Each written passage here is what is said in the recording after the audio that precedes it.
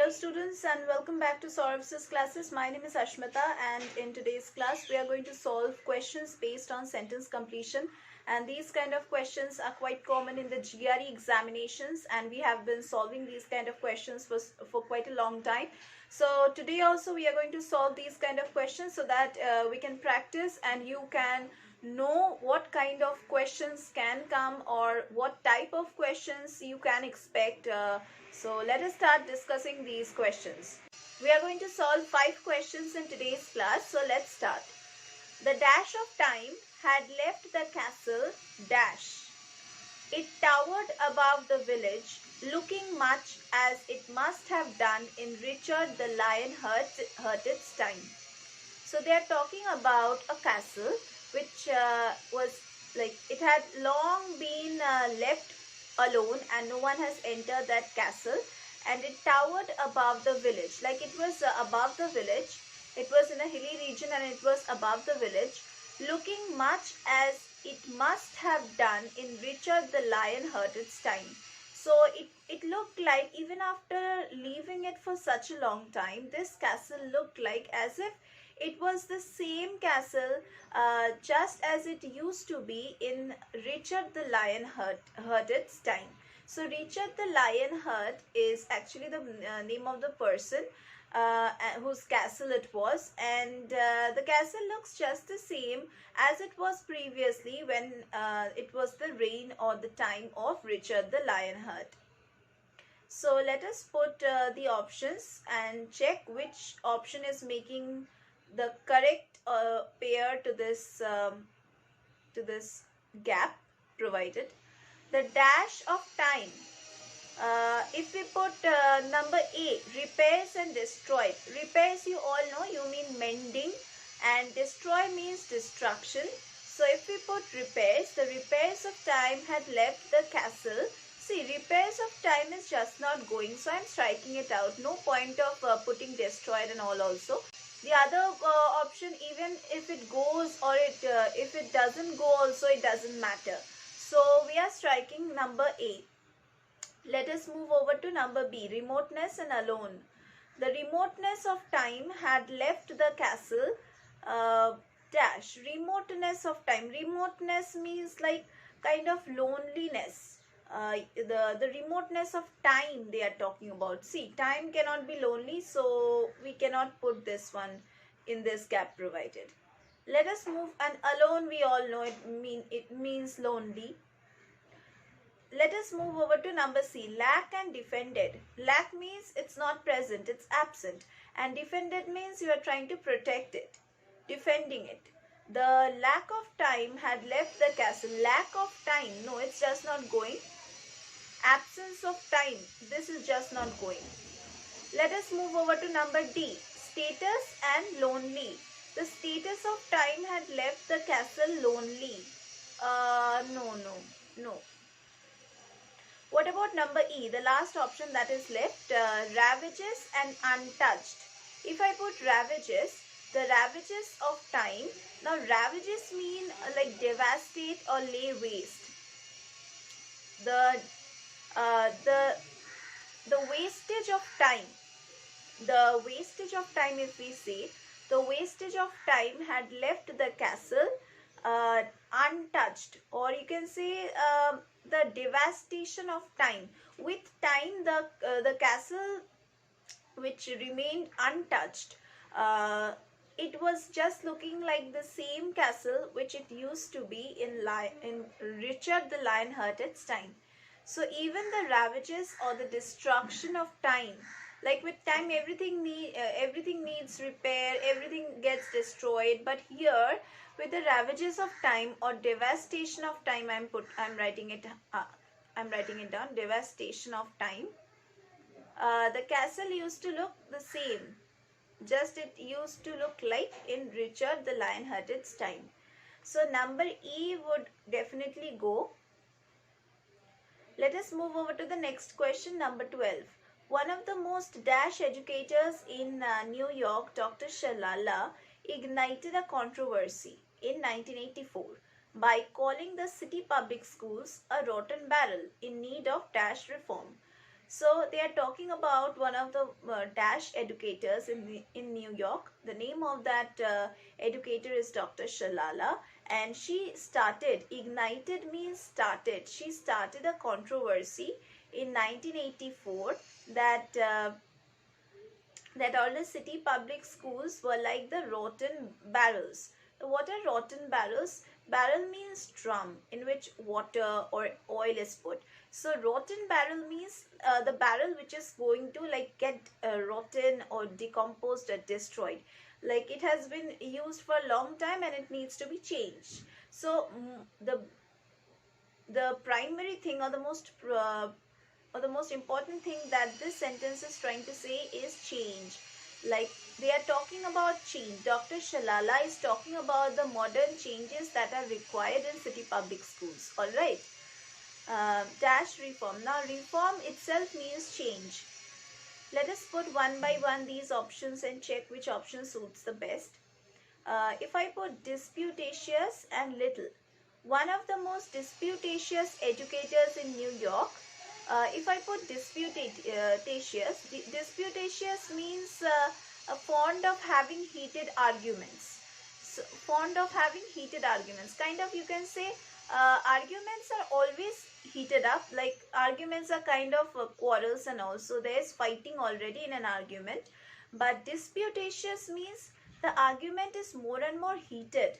All right, it can end up to it can end up in any kind of fighting if it goes on for a long time. So they are talking about, if I put disputatious, one of the most disputatious educators in New York, Dr. Shalala ignited a controversy. So this Dr. Shalala ignited a controversy. Like controversy means kind of rumor which can happen or it may not happen also, and there are mixed opinions about a particular event. So that is controversy. Like masala gossips you must have heard in like normal sense, that is controversy. So they are talking about this educator who was fond of heated arguments, but none here they haven't mentioned anything about heated arguments, so we are not going to consider point A. Let us move over to point B. Point B is outspoken and systemic. Now outspoken means kind of boldly speaking out, or like not keeping anything to yourself, just speaking out openly. And systemic means something that affects the whole instead of just in parts. So systemic means affecting the whole.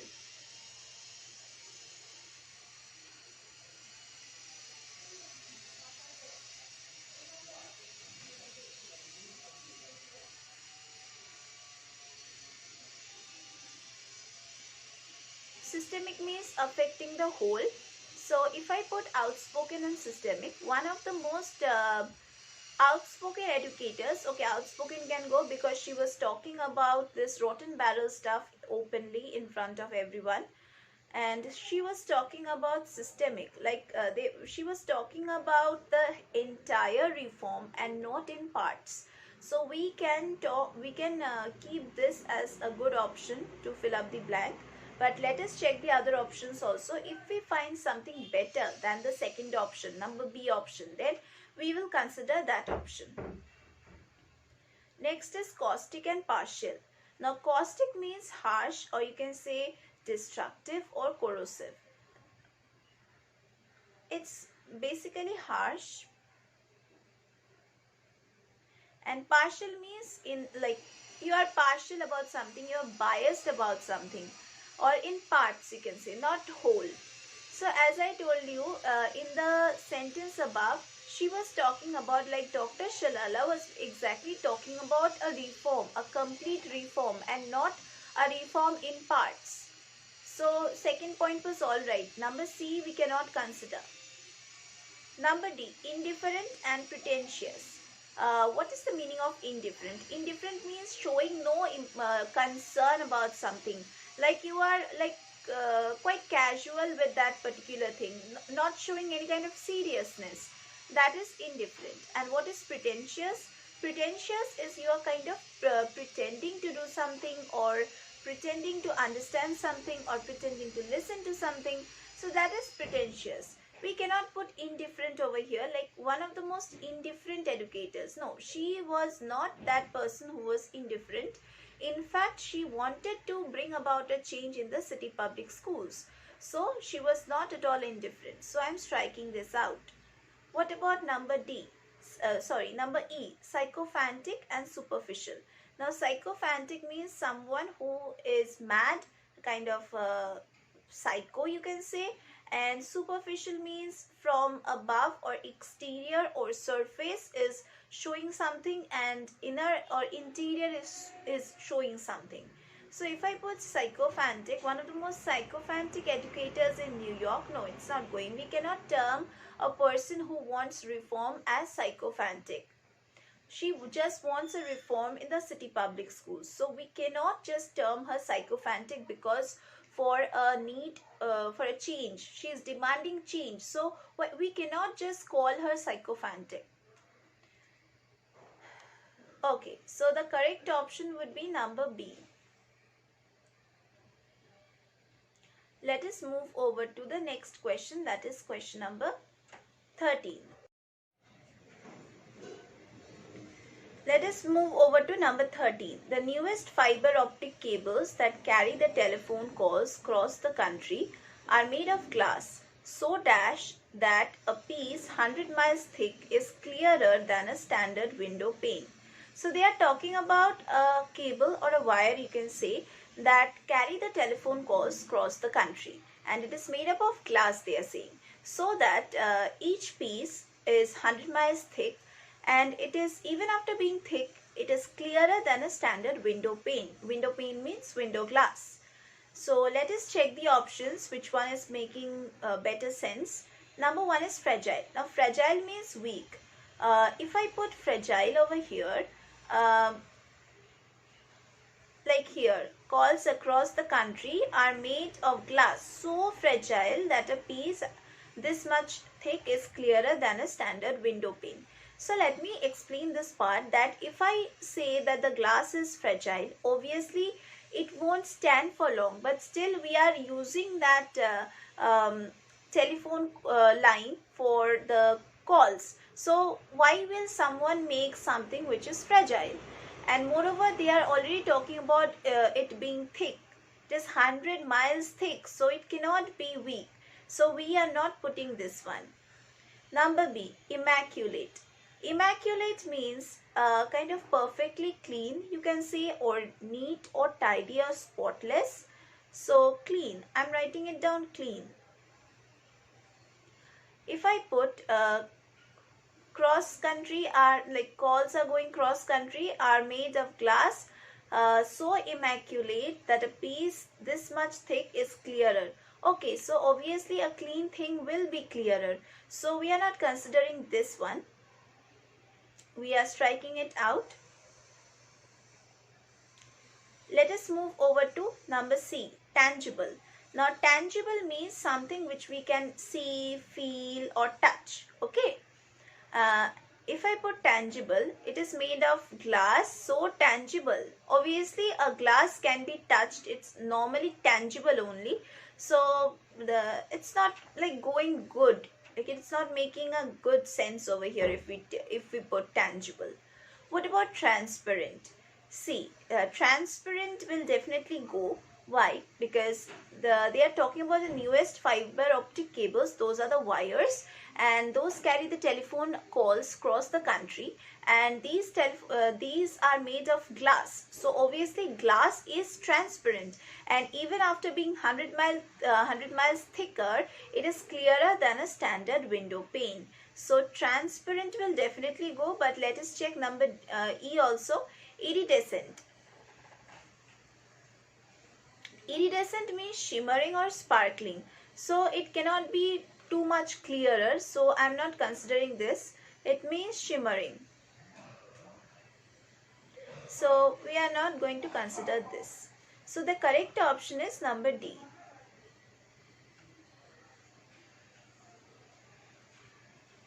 Let us move over to question number 14.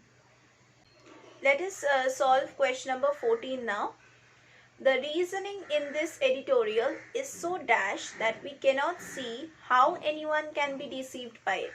So in this editorial, like it's a magazine or a book, you can say, here the reasoning is so dash, like it can be so clear and all, you can say, that it's just not possible for anyone to think that even this kind of reasoning can be false. So they are kind of writing wrong things, and they are writing it so well that even the people who are reading it regularly won't be able to get deceived by it. Like, people will never feel only that whatever they are reading every day is wrong.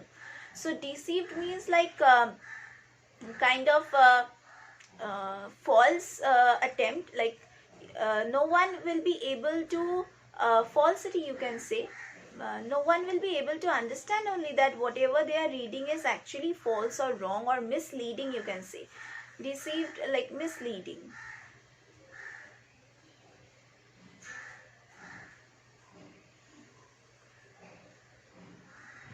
Number one is coherent. If we put the reasoning in this editorial is so coherent. Now coherent means logical and reasoned. This can go, I'm writing it down logical. So this can go. It was so logically written that no one could be deceived by it. But still we need to find better options. If we get better options, we are going to not consider this one. Astute. Now astute means kind of shrewd or sharp. So shrewd or sharp things obviously will hurt the sentiments of the people who are reading it. So we won't be considering this. Number B is wrong. Number C is cogent. Now cogent means clear, logical and convincing. So we can say it's convincing. So obviously people who are reading it obviously will get convinced by whatever is written. So we can also consider this one. But let us check if we find other better options also. Like from coherent, cogent is better. So if you find much better options than cogent also, we will consider that. Specious, that is spacious. Now spacious means superficially plausible but actually wrong.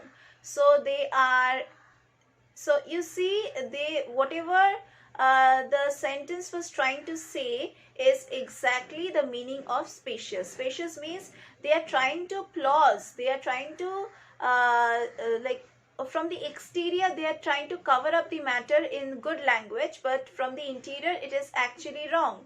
So spacious would definitely go as the correct option till now, and we are going to cross out coherent and cogent because we have got better option in spacious. What about dispassionate? Dispassionate means unemotional. Obviously unemotional will never go over here, so I am striking it out. Now unemotional, I am striking it out. So the best option that would go in number 14 is number D.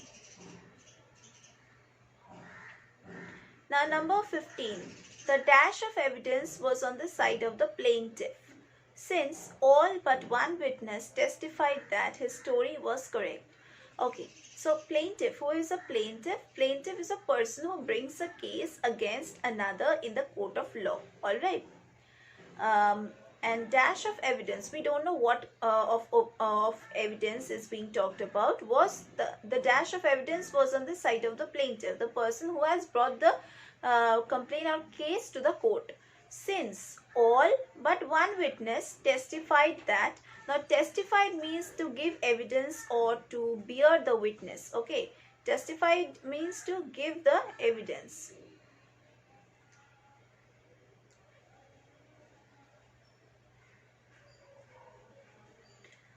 That his story was correct. So there was only one witness who gave the evidence that the story was actually correct. If I put paucity, now paucity means scarcity, not in abundant. Okay, scarcity. It's not like present properly, so it's scarce.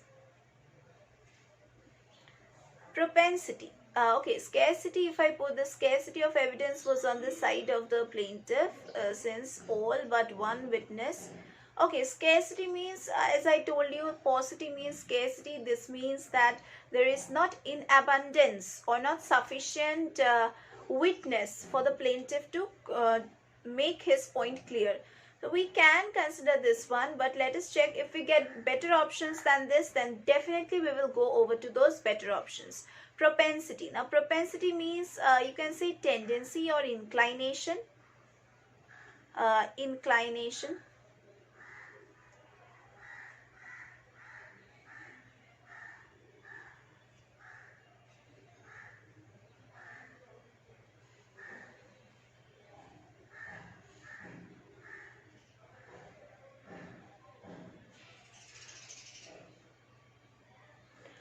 Okay, so propensity, if I put the propensity of evidence was on the side of the plaintiff. See, inclination of evidence, this cannot go, right? So we are striking this out.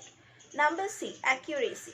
Now, accuracy means being absolutely accurate or correct, you can say. We all know the meaning of accuracy. So the accuracy of evidence was on the side of the plaintiff, not accuracy. See, accuracy is not going with evidence. So I am striking this out also. Number D, brunt. Now, brunt means with force or with impact. Okay, I am writing down with force. So if I put the force of evidence was on the side of the plaintiff. See, force of evidence cannot go. It's just not like going correct. So I'm striking it out. What about preponderance?